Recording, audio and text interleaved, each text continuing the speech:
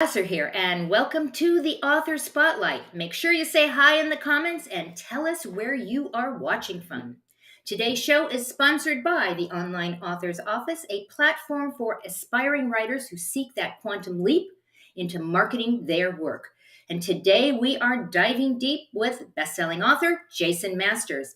As the firstborn son of a World War II veteran, Jason grew up in a 1980s society where the murder of gay men was not uncommon. As a basketball enthusiast, he inspired his community as a coach. His coaching motto to teenage basketball players is, "You can't change the past, but you can influence the future." This motivation eerily returned to himself for his own healing. As an author, Jason shares a story that will not only help executives across the globe, but will empower the youth of today to live a life that they were born to have and to own. So without further ado, welcome to the stage. How are you today? I'm doing well, thanks, Karen. Yourself? It's I wonderful am to be with you. I am doing great as well. I am delighted that you're here today. Your story is amazing. Thank It's you. amazing, and I know it is doing such good in the world right now. So we're going to jump right in. I want to talk about your journey. You call yourself an accidental activist. First of all, I love the phrase, but I want to make sure that we all understand what you meant by that. What is an accidental activist? So I think I've always been interested in social justice. When I left Adelaide, my home city of birth, and started my first professional job in Melbourne, I was very involved in the Uniting Church, which for your listeners is an Indigenous church here in Australia, a merger of the Congregational Methodists and most of the Presbyterians in 1977. And Melbourne was the epicenter, or is the epicenter of social justice. So I did social justice training through my church and was always interested, but never was it relevant to myself. Right. When I came out into a very difficult time here in Australia. Australia's only the second country in the world that's had a national vote over whether LGBTIQ plus people can get married. Ireland had to do it because of a constitution.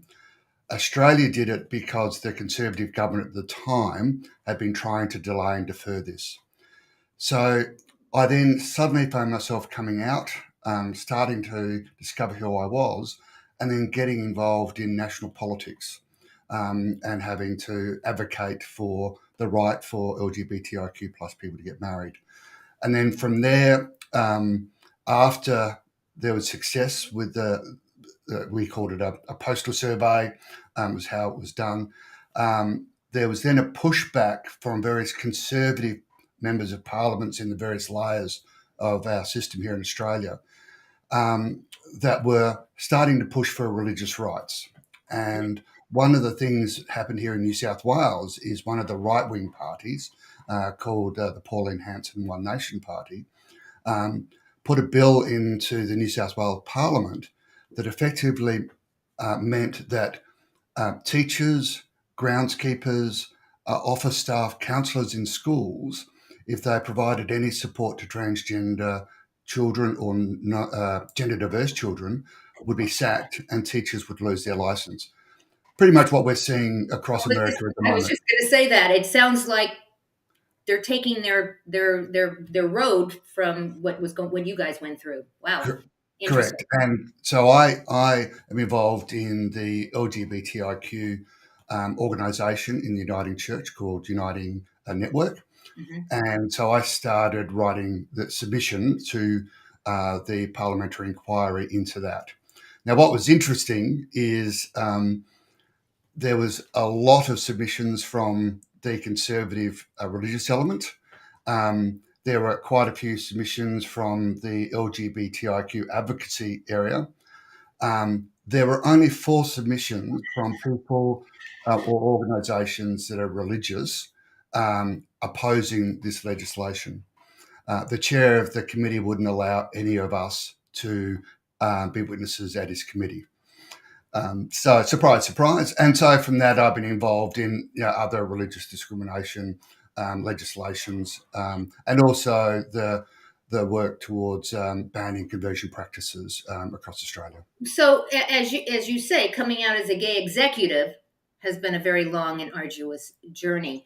Wow. So that is actually how you became an accidental activist, and you continue to this Yes. day because you have made a huge difference. And so you decided to write your book. It's a journey towards acceptance, an evolving memoir. So, did the book come out of what you were experiencing, or was it in addition to what? How did this happen? So I think it happened when I came out. I found a group that unfortunately no longer exists called Freedom to Be. Um, and it was a group of Christian LGBTIQ people who would meet and sort of have speakers or talk about issues Hmm. and then go out and have dinner. Unfortunately, about a year after I joined, it sort of came to a natural end. Um, when people started to hear my story, they kept saying to me, Jason, you've got to write your story. And I just thought this is ridiculous. I'm kind of the baby in the group, so to speak. Right. And so this kept happening and happening. And then in 2018, I went to a conference in Hong Kong. It was the Asia Pacific Rainbows Family Forum. And I was asked to be on a panel of speakers around faith, family, and the workplace. There was a transgender Pacifica woman. There was myself as a Christian gay man, and he was then living in Fiji, but a Muslim man was on this panel.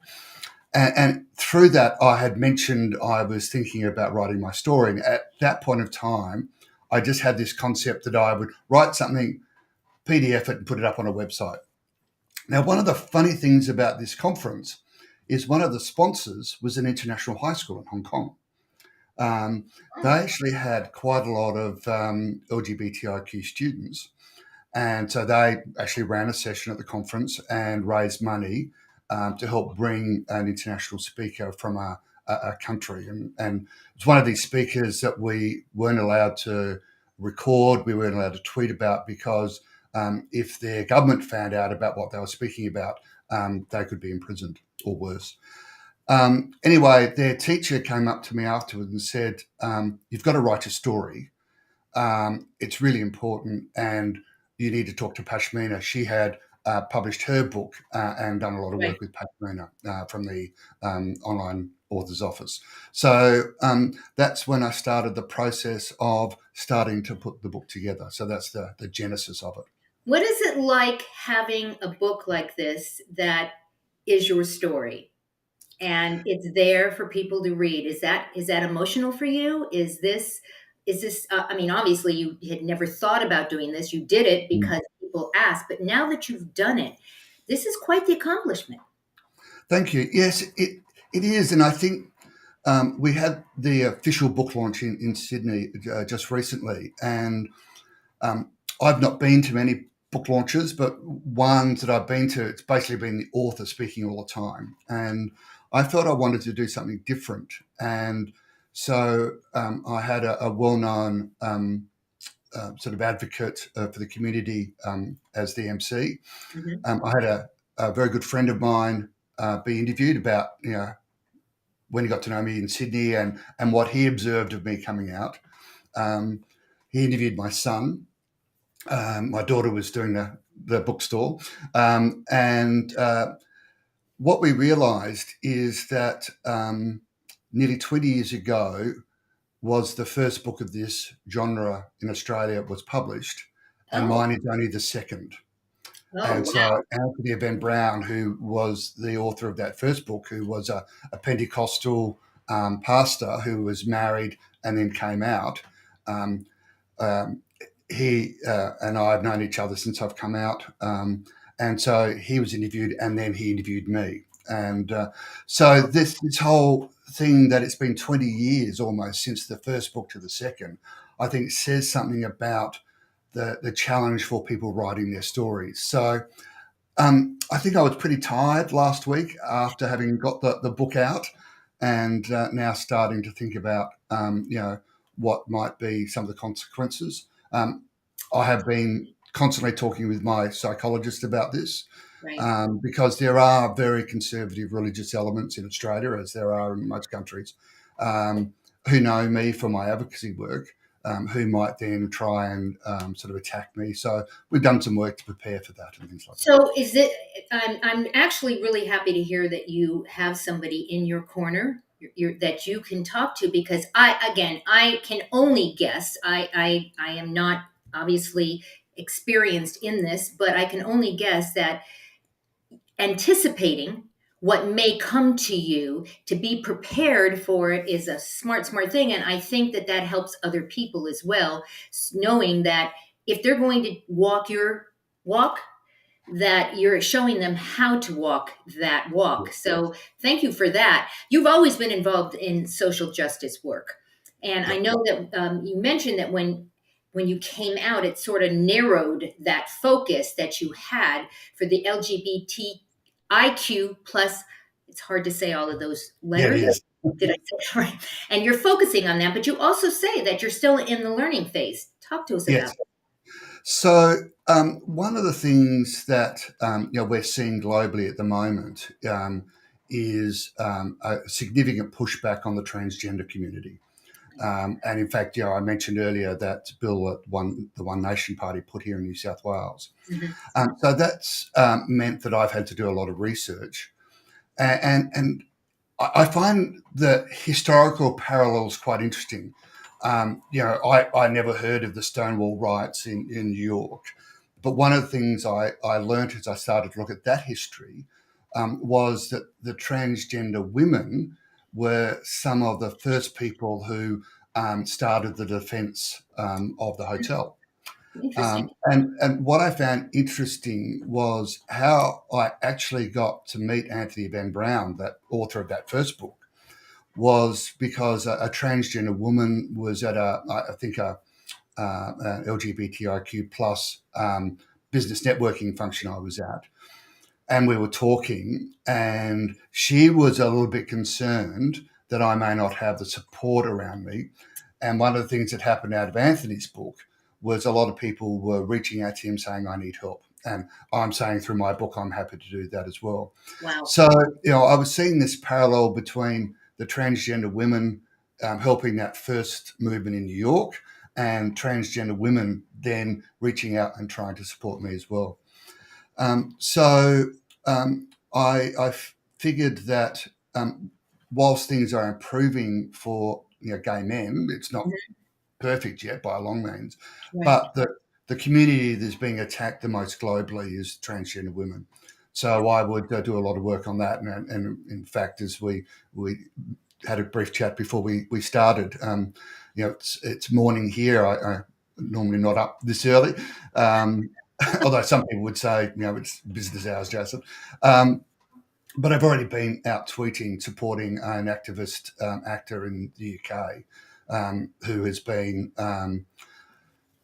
pressured by J.K. Rowling to take down some tweets. And she, does run quite an anti-LGBTIQ group. And I mainly wanted to support him. He was getting support from America, and I wanted to support him from Australia because um, I too have been forced to take down some tweets by powerful people. News Corp, which is the largest media organisation in the world, are very anti-LGBTIQ in their reporting. They had a journalist here who was regularly, at least every fortnight, if not more, putting out false information about transgender kids in Australia. And he forced me to take down some tweets as well. So the powerful, who are often the media are saying are being cancelled in this woke war, Right. actually have the power to actually silence the minorities. And so I wanted to give him some support. So, wow. I'm just going to say wow. And did you think that this is what you would be doing when you chose to step into this world? Did you? No, no, I Yeah. didn't. And it then becomes very interesting. And one of the things I'm tweeting a lot about is all this anti-LGBTIQ legislation in America. And And in fact, the way I phrased this tweet this morning to support this young actor in the UK was around to make sure I don't get sued, because the Americans who are responding have actually got federal law in America to protect them being sued by a foreign entity. We don't have that in Australia. So I had to be very careful in how I did my tweets. I understand, I didn't see the tweet because it was taken down. Was some reference perhaps to fascist movements, Nazism, things like that. Right. What most people don't understand about World War II history and the Nazi movement is everybody has heard about the Holocaust. Everybody has heard about what they did to the Jews. But there were 11 million other people. That's So, right. That's yeah. right. And one of the first acts of the Nazi youth movement was to destroy what in English roughly translates as the Institute of Sexology. Now, and this is where this whole false narrative about transgender people being very new. Right. This institute was created, I think, around 1907, something like that. It's not so new Uh, then. It's not so it's new. not so new. Was supporting LGBTIQ people, but specifically, they did a huge amount of research around transgender people. Mm. So what these Nazi youth did as one of their first acts was to go to this institute, take all the books out, and there were 20,000 books around research around transgender people, plus all the clinical records, and burnt them. And then destroyed the actual institute. So, in many ways, what I'm trying to point out is history is repeating itself. The powerful go after the edge minority Mm-hmm. and try and make them out as the awful people, so that generally us white people Right. need to, the race needs to be protected. And Right. that's the message I'm seeing Such in a- America and the yeah. UK at the moment. It's such a fear that makes absolutely no sense to me. It just doesn't make sense. People are people are people. If you're just tuning in right now, we are talking to Jason Masters about his new book, A Journey Towards Acceptance. I really, really encourage you to go and take a look at this book, pick up a copy. You can take your phone out right now and just scan it. It will take it. Well, don't do that right now, actually. I don't want you to do that right now, but do it later so you can go check out the book. How long did it take you to write this book? A long time. So I started it around 2018. I'd done some preliminary work before that conference in Hong Kong. Then I started to engage with Pashmina. It took me a while to find my voice Mm-hmm. because being an executive, I was overthinking things. Mm-hmm. And I was thinking about a structure. In my work, I've got to have an executive summary, and then I've got to have a scope of work, and then I've got to have the detailed findings, and then all the supporting appendices and all that sort of stuff. And that's not how you write a memoir. And I was also writing it very formally. And so also, I didn't understand the process. I thought I needed to understand the process first. And what Pashmina really helped me understand is I just need to write, Right. and just writing every day. And I didn't always do that, but that But was you the did plan. it enough to finally, come Yeah, out with this book. exactly. Pashmina, I hope your ears are burning. We are talking about you. She's an amazing woman, and Yes, clearly she had a great impact on you in order yes, to get you to actually do this. exactly. Um, And it was one of the early sort of chapter editors that helped me change my writing style a bit. mhm. And that led to a very different voice. And it was really the voice of the inner me, not the voice of the executive, so to speak. And then it started to work from there. We got very, very close, and then COVID hit. And on the first day of lockdown, I had a very bad accident, and I'm still almost 3 years downstream, still dealing with the consequences of that. So that had a significant delay factor. Plus, there's all these other things that I didn't think about having to do as an author, particularly for a memoir. In fact, at church the other week, there's a couple of other authors in my church, and he said, "This is the reason why I do fiction, not non-fiction, because I don't have to do all this administrative work you did, which is for everybody that is, or any organisation To get that is either mentioned or could be identified, has to give their release." right. And so there were some issues with that. Right. The church wouldn't approve one particular chapter, and I had to rewrite that. Got it. Um, I had to get a release from my ex-wife, and we needed a mediator to help with that because she's a very private person. She didn't want Right. anything out there. So that took quite a while to get through. And then there's the final editing process and all that sort of stuff.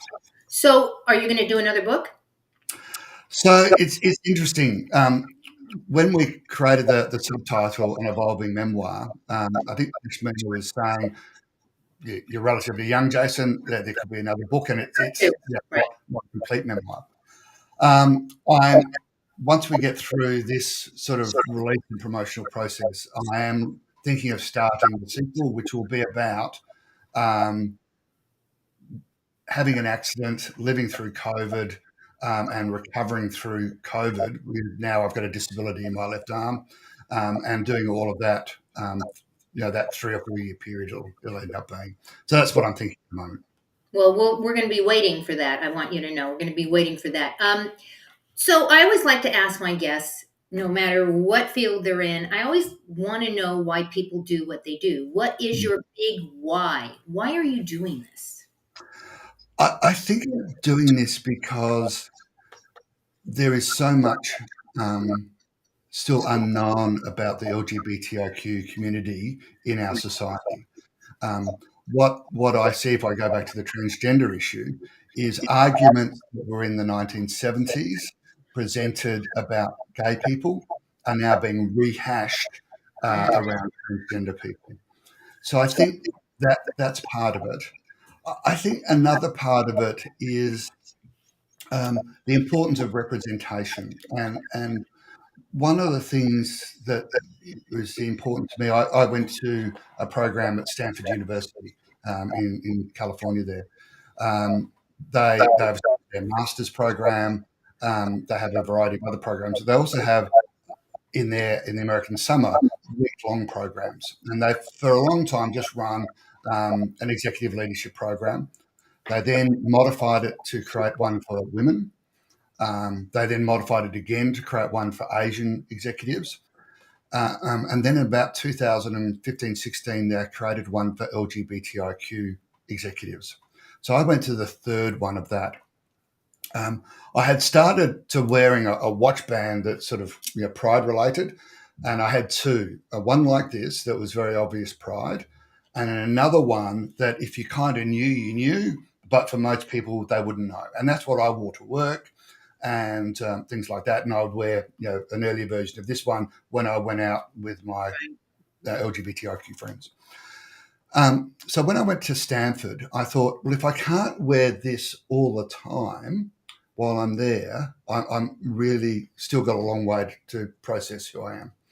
So I did. And what was interesting is one activist from America towards the end of the week said, "You've worn this all week, and I think I need to do the same. I've been too scared to do that." So that was interesting, even amongst people who are, it's 50 people, some of the most amazing leaders from around the world. But they were inspired by you. They were inspired by you. Wow. So when I came back, I had been working in the cemetery space here in Australia. I was at a government cemetery. They had a board that they had to dismantle, and I went in as the board of one, so to speak. And it was through that process that I was also coming out. So it was actually a good place for me, and I had a hugely supportive chief executive. Soon after that, I was asked to step in to be the CEO for another cemetery, um, where there were some issues, and I thought, right, now is the time to start afresh as a gay executive. And so I wore my band every day. That was now my standard uh, wristwatch. But the big change for me was not hiding who I was. So beforehand, if people said to me, "What are you doing at the weekend?" If I had been doing something with my community, I would just say, "Oh, I was out with a group of friends." Um, Soon after I started this role, we were leading into the Mardi Gras season. World Pride starts today, Sydney Mardi Gras. And I then thought, when if somebody asked me, "What are you doing this weekend?" It was, well, actually, a group of us are getting together to practice the drumming for our group marching in the Mardi Gras parade. Love it. So that was the big change. And what that then did was open some doors that would not have been there. Right. Um, One manager came to me and said, "Oh, I know I've got a lesbian employee. She's been on paternity leave because her partner had the child. Is there anything I need to do when she comes back?" Wow. And I said, "Well, what would you do when any other employee come back?" Oh, I just asked how the child was going, how their partner was going. I said, Thanks. just keep those conversations going. It's just Right. a normal family situation. And then started the kind of the sad part. My head of sales and marketing came to me and said, "I wish you'd been here a few months ago." And I said, "Oh, why is that?" And she said, "Well, we had a funeral for an early 30s male dentist who committed suicide. And we found out he was gay. He was part of the Greek Orthodox community, and the church wouldn't participate in the funeral at all. And his parents were really struggling, and then his friends didn't know how to, work. And I'm sure you could have done something." And I said, "I don't know what I would have done, but I probably just could have helped facilitate some things." And Right. then later on, um, we had two big cemetery sites, and at the other cemetery site, again, the executive responsible for sales and marketing came and said to me, "Jason, we're at our wits' end. I don't know what to do. Tell me the story." And she said, "Well, a few years ago, two women bought side by side plots. They were lesbians. That weren't that old. They were expecting to have a long life. And then last year, um, one of the partners died." Oh, that's sad. So they've got a tombstone that goes across both plots. And so on the first one, it's Jane Smith, partner of Mary James, and born, died, all that sort of stuff. Right. And the family of the woman who died would regularly come out and cross out, scratch the tombstone to cross out the word partner, partner of. And unfortunately, we didn't have cameras that could pick it up. So I said, well, there is a specialist group in the New South Wales Police Force, which does have a difficult reputation with the community, that is focused on LGBTIQ people and often resourced by LGBTIQ people. Let's go and have a chat with them and see what we could do. So we're talking 2020 in Australia, that people are still going and crossing out. Yeah, can you imagine the outrage if somebody went to a Jewish tombstone and defaced it? Yeah. Um, Yeah. but It almost, Jason, it almost, I'm listening to you and I'm hearing you and I'm just incredulous. The fact that this happens, and I know it's not isolated, I know it happens all over the place. And I have to believe that you go home every day saying, I'm making a difference in yeah, people's life. So yeah. kudos to you. Wow. If you're just tuning in, we are talking to Jason Masters. We're talking about his new book, A Journey Towards Acceptance. Um, I am sure that people are going to want to follow you and see what's up with you as you continue on this journey that you're on. No pun intended. The website is called A Journey Towards Life. Check it out. And I'm about to give everyone all of your social media. Jason, you're everywhere. You are really Mhm. everywhere. So first, if you play on Twitter, go check him out at JP Masters. If you are on Instagram, go check him out at Jason P. Masters. If you happen to play on TikTok, yes, you, if you happen to play on TikTok, go to jasonmasters.aus. You're also on YouTube. I wasn't kidding. He's everywhere. A Journey Towards Acceptance. And also, you have a Facebook page that is wrapped around the book at A Journey Towards Acceptance. And also, they can just go and check you out on Facebook. Plain and simple, jason.p.masters. You are everywhere. I'm exhausted just saying all of these things, and I'm actually laughing because I'm on every one of those platforms as well. So I think we've been connecting this past week on all of these platforms to get your message out. And I really I applaud you. I applaud you for being vulnerable in the face of, I am sure, a lot of things that you did not want to have to deal with. And but you are a walking example. You don't just talk the talk; you are walking your talk. Any last thoughts that you would like to share that maybe we did not talk at all about? Because I don't want to leave without you being able to say your piece. So I think there are two things that I probably want to just mention, and the first one is the coming out process. I've tried to outline what the process was for me. Everybody is different. What I think is really important is that you find your own rhythm in the process. And the best advice I received from my psychologist and my pastoral carer in my church was I didn't need to tell anybody, which is one of the things I felt I needed to do because I felt like I'd perhaps been a bit of a fraud in my life. So what they encouraged me to think about is, who do I want to tell? Why do I want to tell them? And what do I want to get out of it? And for me, that was the really hard part, because in hiding who I was always pretty much ensuring I never focused on myself. And so the thought of actually thinking about who I wanted to tell and what I needed to get out of it was a really important part of the journey for me, that I'm actually a valuable person and I do deserve to have some positive things coming out of what I was going to be doing with telling people. I think the other thing was around, and sorry, I've just it's just run out of my head at the moment. So maybe if you want to make any comment on that, and I'll just get the brain cells going on the other one. We will leave the one, and if you want to come back and share your second thing, I would love to have you back on. That'd be lovely. You have been watching this amazing man who has done so much in actually a very short amount of time and has so much more to do. I'm going to be following you, Jason Masters. I'm going to see what you're going to be doing next. I want to thank you for taking time in the early morning where you are to be on the show today. And I want to thank our viewers. You have a choice as to how you spend your time. You chose to spend it with Jason and I today, and we are eternally grateful for that. So I encourage you to go out, give somebody an awesome day, and we'll see you next time on the Author Spotlight. Goodbye, everyone.